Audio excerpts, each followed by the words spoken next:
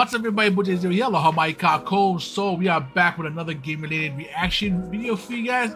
Today we have IGN's the biggest game releases of September 2023. We're gonna see what they got in store for us for coming up in this month. So before I get to this video, I need to like, comment, subscribe, all that good stuff, man. You always do know always good vibes, always positive vibes. Also, share this video and hit the post notifications whenever you get uploaded. Whenever I upload videos. Without further ado, this is IGN, the biggest game releases of September 23. Let's get it. Okay, let's see what they got for us. September 2023, man. Let's check it out. And that means new video games are coming out and a whole bunch of them. So let's quit horsing around and get right into it. Here are September 2023's biggest game releases. As always, a friendly reminder that we do our best to ensure the most accurate and current info in these videos, but last minute announcements, delays, and human errors do sometimes occur. So if we up and, I don't know, leave one of the little platform graphics off the thing in the corner, kindly let us know in the comments instead of like screen grabbing it and posting it on Twitter as evidence that IGN is conspiring against your favorite console manufacturer. Ladies and gentlemen, we got him. Not that... Bro, relax, people. I know, right? They always do that, bro. Be about the dumbest things, bro. Relax. Anyone would do that. Anyway, let's talk about video games. On September 1st, Bomb Rush Cyberpunk comes to PlayStation and Xbox after hitting PC and Switch last Bomb Rush Cyberpunk? month. That is the 6th cel-shaded jet grind radio-like, but you probably surmise just that much from the B-roll. Unless you got the special editions that let you play a week early, Starfield drops on the 6th exclusively for Xbox Series and PC. If you're new here, that is a big-ass open-world / open solar system RPG from the people who did Fallout. Yeah, the amount of space you need for this game is huge, bro. I looked at the specs and the space you needed for this game, bro. I think I got a whole bunch of space out of my drive, man. And Skyrim, and there's like 1,000 planets to explore, and you can build your own spaceship, and it's honestly exhausting just thinking about how big this game is. Meanwhile, Now, I've seen shoutouts to Hollow on YouTube. I watched a lot of his gameplay, and especially his horror ones. I love his horror gameplay. But he was playing this, and I don't know, it kind of comes off. I mean, if I'm wrong, I could be wrong. I could be wrong, but it looked like a heavy dialogue type of game. I mean, like sort of like Outer Worlds or like Skyrim, where you run up to a random PC and it takes like freaking forever just to get you the dialogue. I mean, I'm not really too keen on those type of heavy dialogue games.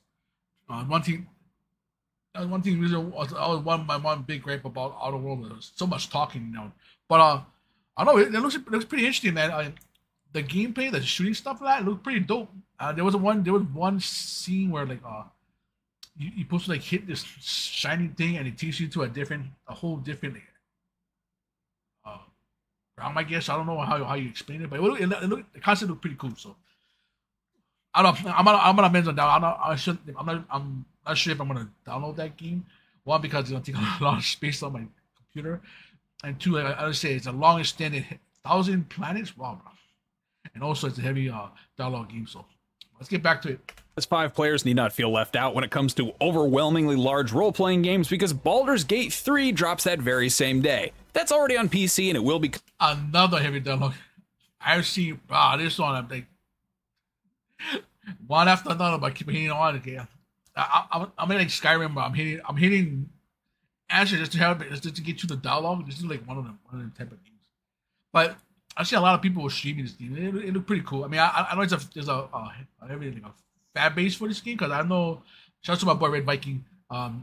He was talking about this game also. Coming to Xbox Series X and S sometime later this year, and it's also coming to Mac OS. Oh, sorry, it's the Red Viking 29. The best part though, if you're impatient to play it and it's not on your preferred platform, it does support cross-save, so you can theoretically start the campaign on your friend's PC or PS5 and then continue your progress on your own Xbox or MacBook when that version is eventually out. But I say theoretically because based on some of our comments, it seems like some people are sworn enemies of anyone who would dare play video games on a different platform from them, which seems totally normal and totally healthy. As far as I'm concerned, maybe we should all just enjoy the games. Facts. That's so stupid. I don't know, some of these people, they really stop it when it comes to like what they play on, especially the PC guys. Like, bro, it's just a game, bro. Just play it. Just enjoy it. Who cares? A day later, Switch players also get a big crunchy fantasy game with hard-to-read menu text when Dragoness Command of the Flame drops. That's a roguelite with turn-based combat and dungeon crawling and city building that's already on other platforms. A day after that, Switch and PC get Fae Farm, which is a nice cozy game about little magical children doing manual labor and raising whimsical animals and probably growing organic strawberries that they can then sell for obscene prices at the local farmer's market. Growing organic strawberries. Oh, they get jokes there. $7 a pint? Get the f out of here with these things. That's too expensive. That's too much. Also, inflation, bro. It's called inflation, bro. On September 8th, it's time for National Basketball Association 2024, or NBA 2K24 for short. There's a new feature in this one that'll convert actual footage of NBA games into gameplay, and up to the season of major trash talking, bro. I already made this joke in a different video, but I want somebody to put Airbud footage into this thing and see just how much it breaks the game. Ain't nothing in the end user license agreement that says a dog can't play basketball. On September 13th, Super Bomberman R2 comes to everything. Super Bomberman? Okay. And that takes the classic Demolitions-based gameplay and injects it into Battle Royale party modes that can be played on or offline, plus a bunch of other modes. And according to the Steam page, it has, quote, the largest content volume in series history, which is probably the least largest content volume? What does that mean? Like a lot of hours of gameplay, I guess? Exciting way to advertise a game about a cartoon character who blows stuff up. But hey, what do I know? On the 14th, Monster Hunter Now gives Capcom's self-explanatory series the Pokemon Go treatment, and you can walk around with your phone out looking for Rathaluses and Narca. No. Just no. No, I'm not really into those type of mobile game like Pokemon Go. This ain't for me, man. I am out to drive down the damn freeway and stop on the side of the road to look for a character, to look for a monster. Nah. Kugas or whatever those things are called. Kugas. That's on your phone. You have a phone, don't you? Also that day, Ad Infinitum comes to the new gen consoles and PC, and I'm not sure what I expected. What popped up when I googled this one, maybe. So, what I saw, what I read, what I heard on the pronunciation is Ad Infinitum. Infinitum. I also pronounced Ad Infinitum. But this is I reacted to this on my last reaction video on game trailer video. This game actually looks pretty dope. Me say what the f out loud. It is a survival horror game that takes place in or around World War I, and it looks utterly nightmarish, and I applaud the creature design department in particular. I will not play your scary game, but rest assured, it has already scared me. Good work, everybody. If you need something a little more chill, you might prefer the Crew Motorfest, which is Ubisoft's latest open world racer, and it seems like a fun alternative to Forza Motorsport for any Forza Horizon fans annoyed to have to stay on the racetrack and do serious races instead of just zipping around running over palm trees and stuff. But that's something me, bro. I swear. I paid one Forza game, and I swear about it, I was pissing so many people off in that game because I was bagging everybody. I was hitting everybody in that game, bro. I said, at the end of the race, bro, my car was so damn damaged. I don't care, bro. I'm not trying to get to first place, bro. But I was like swerving and hitting people, and at one point I cleaned out like 2-3 cars, bro. Oh, the amount of pissed off people in that one race. That's on everything that day too. Still on the 14th, Switch gets. In other words, you won't see me playing that game again. It's the HD remasters of Baten Kaitos 1 and 2. And sorry, not that I don't think the name sucks. It's that it's not my type of game. A couple of GameCube era JRPGs developed by Monolith Soft, the studio more recently known for the Xenoblade Chronicles series. On the 18th, the digital adaptation of hit analog board game Gloomhaven comes to all the consoles as well, which was well received when it hit PC a few years back. On September 19th, the long-awaited Lies of P is out, and when I say long-awaited, I mean I've lost track of how many times I've described it as, quote, a Pinocchio-inspired Souls-like, or, quote, Bloodborne with puppets, but I'm still... Oh, Pinocchio-inspired Souls-like game? All right. Oh, bro. Pinocchio be... Oh, if it's Souls-like, I ain't gonna catch me playing that, because I can't see myself streaming a whole hour of me dying in the same spot over and over and over, bro. Sorry. I guess I'm not playing this one, but the Souls games, I suck at Souls type games, man. I die so many times in the damn thing. It gets boring after a while. Stoked to take this one for a spin. That is on all the non-Switch consoles. Soulsborns aren't really for everybody, but if you're curious, it is thankfully not only coming to Game Pass, but there is a free demo for all platforms, which means you can try it out No strings attached. Puppets. There are no strings on me. Still that day is Mortal Kombat 1, the somewhat rebooted take on the fighter that probably would have just been called Mortal Kombat if they hadn't used that title for the last time it got somewhat rebooted back in 2010. For the most part, I love the character designs in this one, but I have mixed feelings about Scorpion and Sub-Zero not wearing full ninja masks. They have beautiful hair, but is that what I want? At least we got Sonya Blade dressed like a 1980s aerobics instructor again. That's on New Gen and Switch. Yeah, I think I want to have their ninja mask. I don't know, man. I like the old one, man. The 20th, Witchfire enters early access on PC. That is a very gnarly looking FPS that sort of looks like equal parts Doom 2016. Yeah, it looks like Doom. Oh, like a FPS game. Oh, bro. I love this constantly shoot random. Oh, bro. This actually game looks pretty dope. Oh, but I don't know. I might have to. Oh, this is what's it called? Witchfire? Okay. BioShock and Bloodborne, and it also kind of reminds me of that old cowboy vampire shooter Darkwatch, and for whatever reason, a little bit of 3D Realms' forgotten FPS Blood, which was basically Southern Gothic Duke Nukem 3D. Anyway, Witchfire looks sick. September 21st is officially Payday. I mean, it's the release date for Payday 3. You probably want to check your actual pay schedule with HR or whatever. That's coming to new-gen consoles and PC. And this long-awaited third installment of the hit co-op bank heist simulator has some pretty big shoes to fill, considering how beloved Payday 2 has been since it was released a decade ago and how much it loved players back. It was released that long ago?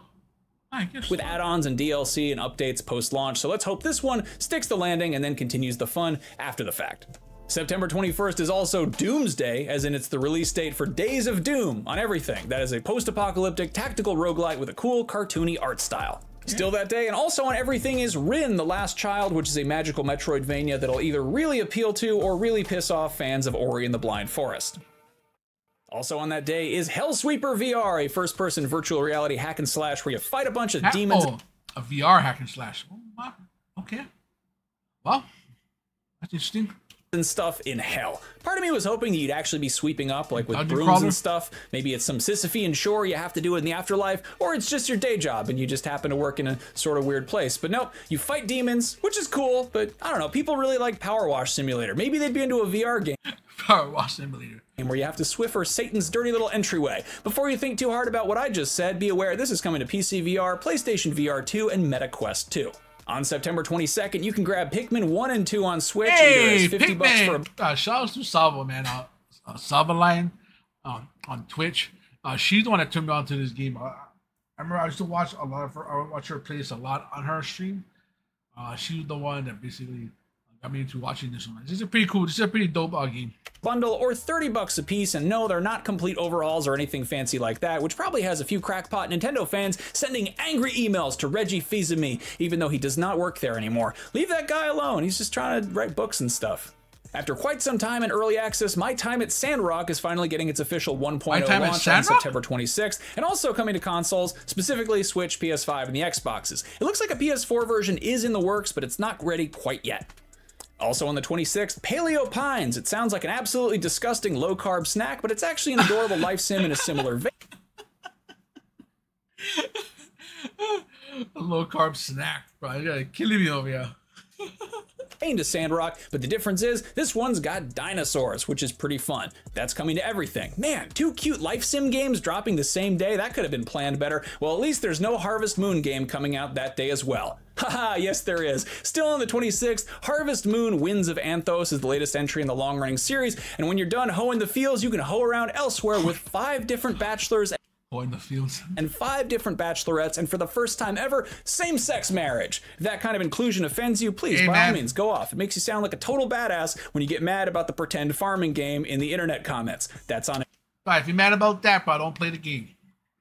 Come on, bro, now, okay? I think you get mad about, you're mad about some stupid game, bro. Stupid. Everything. Because that isn't enough quaint, chill, little cute games in one day, there's also... Actually, I'm agreeing with the guy, too. Minako's Night Market, which according to the official site is about crafting crafts, eating eats, and catting cats. Thankfully, one of the games dropping on September 26th is not a cutesy cozy little affair, though I guess it is a life simulator in some regard, and that is Cyberpunk 2077's Phantom Liberty DLC, which will see you venturing into the depths of Dogtown, which is a walled-off... I know, I uninstalled that game. Reinstall that in order to download that game? section of Night City where anything goes and the law has no jurisdiction, and V has to go in and do some cool spy. So basically, it's somewhere between the New York that Snake Plissken escapes from, the Peachtree's complex from Dread, the Pit from Johnny Mnemonic, where all the low-techs hang out, or the Kowloon walled city from real life. Did I just get excited about Cyberpunk again? Anyway, that's coming to everything that Cyberpunk 2077 came to originally, except for Stadia. Sorry, Stadia. On the 28th, Disney's Speedstorm comes out of early access with a full official release, and this is the free-to-play Mario... Like a Mario Kart kind of, okay, that should be cool. Mario Kart-like from the folks behind the Animal Crossing-like Disney Dreamlight Valley. The latter was received fairly well, but it sounds like Speedstorm kind of collapsed under the weight of its own microtransactions. IGN gave the early access version a 5 out of 10 way back in April, so hopefully some changes have been implemented since then, and if not, at least it's free. That's on everything. September 29th is Cocoon, a puzzle adventure by former Playdead devs who worked on Limbo and Inside. It involves the brain-breaking mechanic of having you hopping in and out of worlds that are contained inside orbs, which you can carry around on your back. You can ponder some orbs. That's actually pretty cool. Orbs on all the consoles and PC. And finally, on a shameful note, a game that I mistakenly said was out on the 29th of August, last month is actually out on the 29th of September, EA Sports FC 24, the unofficial successor to the FIFA series. I've seen so many people rage quit in this game. They get mad, bro. They really destroy their whole setup. I tell you, I see some of these videos, bro. They get so triggered, bro. That is likely the exact same quality of game that you've come to expect based on the last literally 30 years of annualized releases, but it probably cost millions of dollars less to make this one because they didn't have to grease the palms of the International Football Association to use their stupid sounding acronym on the box. And really, it sounds like the Switch version is going to be an all-new version running in the Frostbite engine rather than a reskin of a downgraded port of the 2019 last-gen version like the last few years of FIFA have been. Anyway, that is the most that I've talked about sports seriously in my entire life, and I think I need to hit the showers, coach. We'll be back next month for probably the longest one of these damn videos we do all year, unless November is actually longer. We're gonna do a breakdown of the absolute avalanche of new games that are coming out in October, and frankly, there's too many. See you then. All right, so that was the biggest game releases of September 2023. Comment below, man. Tell me any of these games you're looking forward to playing. Any of these games coming up in this month. I'm kind of looking. I'm interested in Ad Infinitum, maybe that Witchfire one, and that's about it. I mean, and maybe the Cyberpunk, maybe the Cyberpunk one. But everything else, man, other ones, it's either not my style of game or too much dialogue, or it's just a whole bunch of things. But that's about the three I'm kind of interested in. But other than that, man, thank you for watching. Thank you for staying and keeping me for a little bit. Until then, we'll see you on another video. And have a good day and stay blessed. We are out. Peace.